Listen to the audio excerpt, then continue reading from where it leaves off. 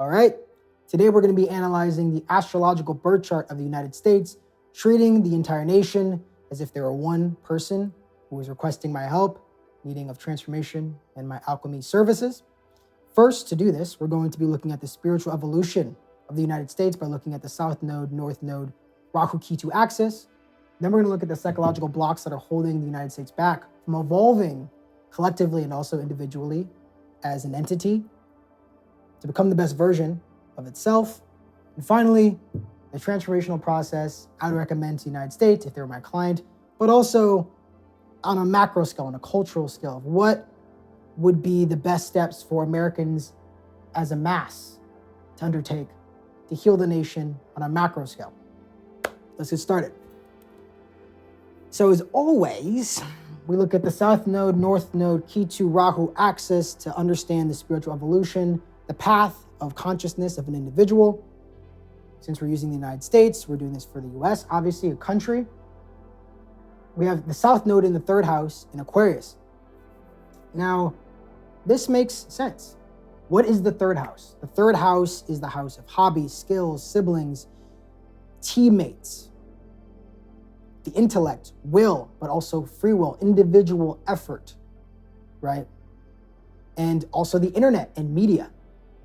Now, the United States, as a global power, has been dominating media, the internet. I mean, we created the internet. So the third house didn't even mean the internet until the internet was invented by the United States. We invented it. You also have the South Node in Aquarius, which is a humanitarian sign. It's all about society, also about psychology, also about being one of many, being able to fit cohesively in the whole, and also being able to help society and move society forward, move groups forward, while maintaining the body, while maintaining our physical vehicles, because it's ruled by Saturn. So when you have the South Node here, you have an entity, which is the United States, that is all about free will, all about humanitarianism, the will of the people, philosophies that will help the public and the masses. It is a mass-focused society, country that was built on those ethics, right? Those are the ideals. That's what happens. But wherever the South Node is, means that we're pathological, we are uptight, meaning that it's actually unhealthy. It's the reason why we incarnate is because the Ketu area of the chart is out of balance. It needs to be balanced by the North Node, Rahu area of the chart. So this means that the United States is too controlling, uptight, and pathological in the media, in intellect, in free will, in humanitarian philosophies and help and aid, and also society as a whole. It's also with the moon. Ketu and moon conjunction can be very painful for people, a South Node moon conjunction, because the South Node swallows up the planets it's with and constricts them, makes them tight. The moon is our emotions. It's supposed to be malleable. It's supposed to be fluid and flowy. That is the moon. It's the most feminine planet, Graha. So when you have Ketu, which is very static and consistent and uptight and rigid, with the most fluid, adaptable planet, the moon, you have someone who is very rigid, also very caught up in their own subjective experience. You have a moon Ketu conjunction. Donald Trump has this conjunction, fun fact. Also, I have people in my life, clients that I've worked with, and also close family members who have it. What you have is a person who is very emotionally constricted, and they see things from their point of view. Not saying they're incapable of seeing things from other people's point of view, but their baseline, where they feel most comfortable, is believing the way I see the world is how the world actually is. Not really being able to see the world from other people's perspectives, especially when they feel threatened. Because that's what happens when we feel threatened, right? When we feel unsafe, when we feel fear, scared, we go to our comfort zone. And so they think, okay, I know what's right. The way I'm perceiving the world is the way it is, and they constrict their reality. This is the United States. The way the United States feels is how everybody else feels. The way we feel is most important. I'm in the US, if that wasn't obvious. But we need to go to the North Node. So what does the US need to do to develop spiritually, consciously? The ninth house is the house of Dharma in a self-sign of Leo. So you have a comma social house, the third house, which is social. It's all about, it's our social skills, being able to socialize with others in a social sign, which is an air sign, Aquarius, all about exchanging with other people, but on a macro scale. But Leo is a self sign. Ninth house is a self sign. So it's all about building your own individual kingdom that can stand alone. Not worrying about other people's shit, worrying about your own shit. Also, in the ninth house, it's about spirituality, laws, philosophy, higher knowledge, higher learning, guru, the ninth house. Also, religious travel, like a Hajj is signified. So when you have the North Node, like the United States does, in Leo, in the ninth house, you have a country or an entity, let's say entity. You have an entity that is meant to pave its own path and live in a just way. Standing alone in their own kingdom, not worrying about other people's kingdoms, not worrying about other countries or other things that are going on around the world, but creating spiritual, philosophical, religious laws that are funded or rooted, a better word, rooted in our own sense of self. So less exchange, less others, more self. Truly connecting with the core identity of this entity. The United States has struggled with this. Even though we are the king of the world, this is based off of involving ourselves in other people's stuff. When you have a good Leo, when you have a good sun, strong sun, you don't worry about other people's shit. You mind your own business and you focus on your own kingdom. You don't try to meddle in other people's stuff. You focus on yourself. You walk your own path. You do things that make you feel good and solid and confident in yourself. So the North Node shows that the United States is developing their self-esteem, their consistency, their own kingdom, separate from everybody else.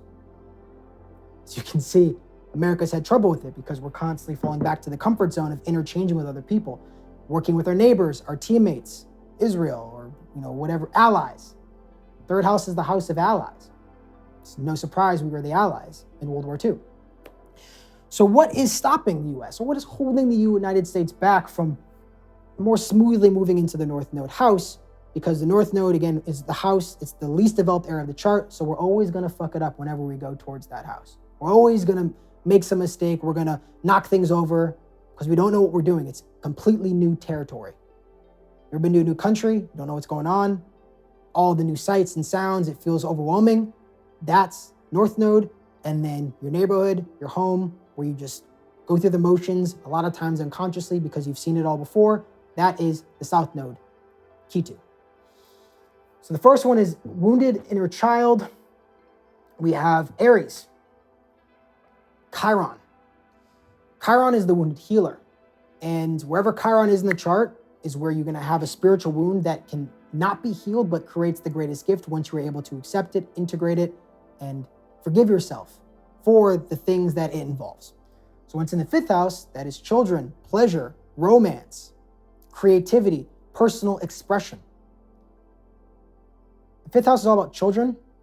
Like I just said, there's a wounded inner child with the United States. And you can see this on a macro scale. People have not healed their inner child.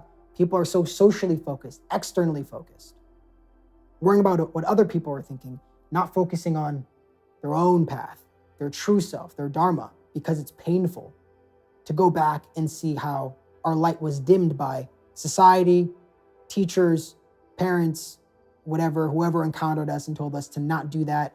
Sit down, be quiet, fall in line, stand up for the Pledge of Allegiance, do as I say, not as I do. That energy is Chiron in the fifth house, that you experience when you grow up. And if you don't heal it, you pass it down to the later generations. You can do this on the individualistic level if you have Chiron in the fifth house, or nationally, internationally, like the United States does. Also in Aries, which is all about boundaries and power, personal volition, paving your own path. So there's wounds about infringing on people's boundaries. Again, we saw that kind of with the Ketu and Aquarius, the socially focused, but then there's even more so of that aggression, that perverse need to stick our nose into other people's shit. Chiron and Aries, there's going to be power struggles, there's going to be wounds about boundaries, whether you allow people to infringe upon your boundaries or you infringe upon other people's boundaries. Both is happening when you have Chiron and Aries. So the best thing to do is to notice that in yourself, accept what's happening, acknowledge what's happening. Because awareness is the key, it's the beginning and also the end. Next, looking at the wrong side, intellect. Hyper intellect, a wounded intellect. Why do I say that? because you have Mars in Gemini. Mars is not like Mercury. Mercury is an enemy to Mars. So when you have Mars in a Mercury sign, it is starved. It is in an environment, it's in a sign, in an environment that is not conducive for it. Because Mars is all about emergencies, life or death, powerful, willful effort in short bursts. Gemini and Mercury is all about the intellect. We're constantly thinking. We're constantly analyzing things and using our Mercury, trying things, failing at things, observing, experimentation, intellect, skills and abilities, right? We're constantly using that almost every minute of every day. Where Mars is all about short bursts of intense activity. So the idea is you want to use your Mars as less as possible. That's why when it's exalted in Capricorn, a person is able to conserve their energy because they only use their Mars, they only use their fighting spirit when it's absolutely necessary. They're not going to waste their energy. When you have somebody with Mars and Gemini, you have a very overactive intellect. Wherever Mars is, it's going to give a lot of energy in there. It's where you're going to fight a lot. Fighting with our partners, 7th house. So we're fighting with our partners a lot. That's where Mars is. It's a lot of that fight energy and leading to an overactive intellect, overactive mind, overthinking. Mars and Gemini, you have a person who most likely grew up where they felt like they had to deal with all their problems on their own. The United States, as an entity, had to separate themselves from their parents, had to fight their parents, and were on their own. And so that was the mindset, that was the energy that was embedded in the collective unconscious of the United States. Because this is what I'm looking at. I'm essentially looking at the karma, or we're looking at the karma of the collective unconscious of the United States through this chart. Overthinking, overutilization of the intellect, and just a lot of, it's just like ADHD, overactive intellect. Finally, overabundance. The reason why I say that is because you have Jupiter, Sun, Mercury, and Venus, but more specifically Mercury and Venus, which are enemies to Jupiter. So they starve Jupiter when they're in the same sign, when they're conjunct. Now, luckily for the United States, Jupiter is, exalted in Cancer. It's at its most powerful. So this means that the United States is going to have a lot of abundance. They're going to have a lot of fortune and things, because Jupiter expands things. And when it's exalted, you're going to get a lot of fortune. Also wisdom. Also, Jupiter means heavy. So you're going to be a very heavy entity, individual, meaning that people will revolve around your soul, around your gravitational pull. And that is very much true with the United States being the heaviest country when it comes to influence in the world. But because Venus and Mercury are starving Jupiter, even though it's leading to fortune, because those planets, Mercury, Venus, are externally focused, Venus is all about getting material luxuries in the outside, getting fulfillment through exchanges with other people. Mercury is all about skills and abilities and communication and the intellect to have material success and being proficient in managing one's material life. Jupiter is supposed to be this coming from the self. It's supposed to be joy that's within. When you have Mars and Venus conjunct Jupiter, starving it, you have somebody who's looking for their joy in external forms of validation or approval or security. They're looking for the outside world to give them their joy, their inspiration, their creativity, their spark, their will to live. And you can see that in the United States, where we have a lot of things here, but not as much fulfillment as other countries that would have far less. We have a lot of things, we have a lot of luxuries, a lot of abundance, but we're not the most happy. We're seeing that on a macro scale. And that's what you get when you have somebody with a Mercury, Venus conjunct, starving Jupiter. Kim Kardashian has Mercury and Venus starving Jupiter. Jupiter's in Virgo, so it's starved by Mercury. Jupiter's with Venus, so it's starved by Venus. Kardashians can represent this energy that I'm talking about with the United States on a macro scale, this materialistic energy where I need the outside to give me the joy that I need to actually really get from the inside. So what does the United States on a macro level scale do? What would I, if I was a policymaker, what would I make mandatory in schools? Because it's hard to teach adults. We're so hard-headed. We feel like we know it all, right? The kids, they're impressionable. What would I teach the children? Well, first, how to nurture their inner child. I guess you'd probably wait till high school when the inner child is no longer a child. So probably high school, we do inner child healing, going inside oneself, holding space, giving love to our soft, vulnerable part. It's our inner child. That just needs our attention. That needs to express itself in certain ways that it was unable to because adults told us it was bad, it was wrong, because we've been infringed upon on a macro scale, because the collective unconscious has repressed the collective's inner children. We need to let the inner children play, have fun, let loose, and not be so uptight and war hungry, conflict hungry. Okay? Mindfulness helps balance out that ADHD intellect, that over hyperactive intellect of Mars in Gemini. Being mindful of the things in the world, appreciating the little things, breathing, but also meditation. Also, yoga helps as well. There's a reason why there's been a resurgence of meditation and yoga in the West, in the United States. It's because we're all going too fast in our minds. And the fact that you've gotten this far means that your mind is somewhat able to focus, but a lot of people have clicked off by now because they can't focus, they can't pay attention. It's that Mars in Gemini on a collective scale. Finally, service to others, always a nice balance and blessing for overabundance. When you have a lot of things, especially too many things, it's best to give it away.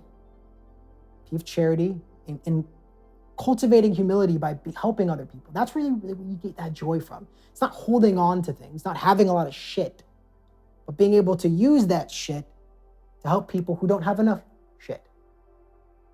Get it? Service to others, helping them.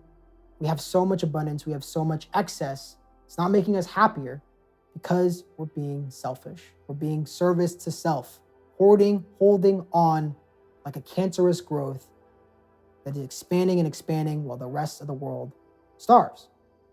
Now, it's a little hyperbolic, but it's just a general philosophy of when you have a lot of fortune in your life, when you got Jupiter in Cancer, expanding your Venus things, your Mercury things, your solar things, you have your own kingdom, which is what the sun represents, power, authority. Jupiter expands things. Jupiter expanding that power, fortune, authority, power. When you have that, comes great responsibility. It needs to be balanced with wisdom. If Mercury and Venus weren't there, the United States would be doing a lot more good because we wouldn't be so obsessed with external success and abundance and materialistic pursuits.